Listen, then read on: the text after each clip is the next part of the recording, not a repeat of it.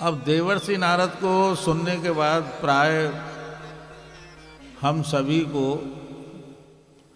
ऐसा लगता है कि भाई नारद जी कौन है, बोले चुगली खोर हैं कि कौन है कि कौन है। ऐसा नहीं है।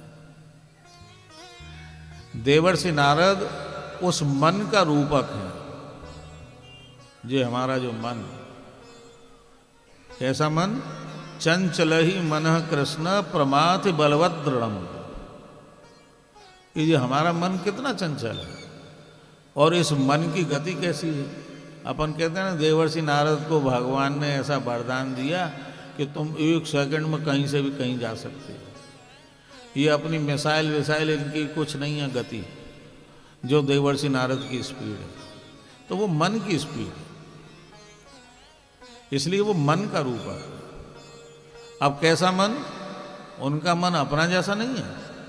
उनका मन है, उनको त्रिकाल के सत्य का बोध है और वो यही चाहते हैं कि सबका मन प्रभु के श्री चरणों में लग जाए। यही संत का स्वभाव होना चाहिए। और वैसे आप देखो तो वो योग भास्कर है, देवर्षि नारद भक्ति के आचार्य हैं। आपने नारद पंचरात्र ग्रंथ लिखा जिसमें भक्ति की 108 धाराएं हैं। जैसे हम आपसे जो श्री राधा वल्लभ श्री हरिवंश की बात करते हैं, तो ये कोई ऊपर से टपक के थोड़ी आई भक्ति, प्रामाणिक है, वेदोक्त है, भगवान शिव के द्वारा पधराई हुई उपासना है। देवर्षि नारद मतलब पंचरात्र में भी इस भावना का, इस साधना का, जिसको रसोपासना कहते हैं, उसका ऐसा थोड़ी है, जिक्र है। सेवक जी महाराज ने इस बात को कैसे समझाया, जो रसरीत सबंसो दूर, जो रसरीत सबंसो दूर, और सो सब विश्व रही भरपूर। वो सब जगह विराजमान थी। अब यहां बताओ, इतने जने बैठे हुए हैं, किसमें प्रेम नहीं है? सब में प्रेम है। अब वो ये अलग बात है कि अपना अपना अच्छा लगता है, दूसरे को देख के बड़ी जलन होती है। अरे एक बिल्ली में, एक कुत्ते में, एक शेर में, सब में प्रेम है। वो अपने बच्चों को कैसा प्रेम करते हैं और अपने से ज्यादा प्रेम करते हैं। अपन कहाँ जीभ से चाटते हैं। गाय गौ माता देखो कैसे बच्चे को शुद्ध करती है, जीभ से चाट चाट के। जब ऐसा देखते हैं ना दुबे जी, तो हमको यही लगता है कि कैसा प्रेम है इनका और हमारा कैसा प्रेम है भाई। और क्या हो रहा है गौ माता का। इवन और भी हैं जो जीभ से, अपना कुत्ता बिल्ली भी सब अपने जीभ से ही करते हैं। अब आप कहोगे इनमें अकल नहीं है या भगवान ने इनको हाथ पैर नहीं दिए, ये सब फालतू की बात है। यदि आपको प्रेम देखना है तो प्रेम को समझिए। लेकिन क्या है, वो हमारा प्रेम क्यों नहीं हो पाता है स्थिर?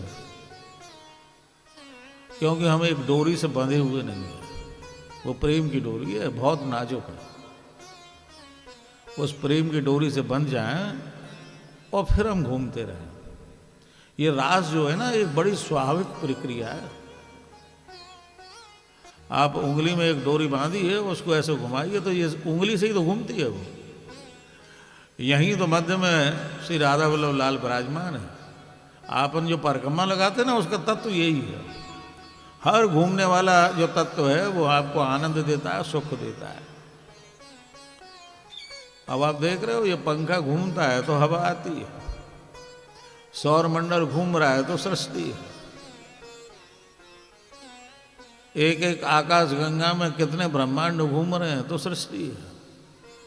ये कितनी आकाश गंगाएं अनंत अंतरिक्ष में घूम रही हैं तो सृष्टि है। लेकिन उस सब का जो मूल है वो श्री राधा वल्लभ लाल।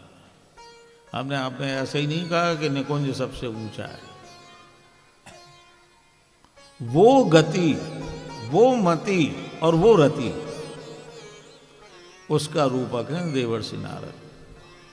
बोलिए देवर्षि नारद जी महाराज की जय। क्योंकि हम मूल में हमसे हमारे गुरुजी ने कहा केवल नारद जी नहीं बोलना कभी बेटा, पाप लगेगा तुमको, हमेशा देवर्षि बोलना।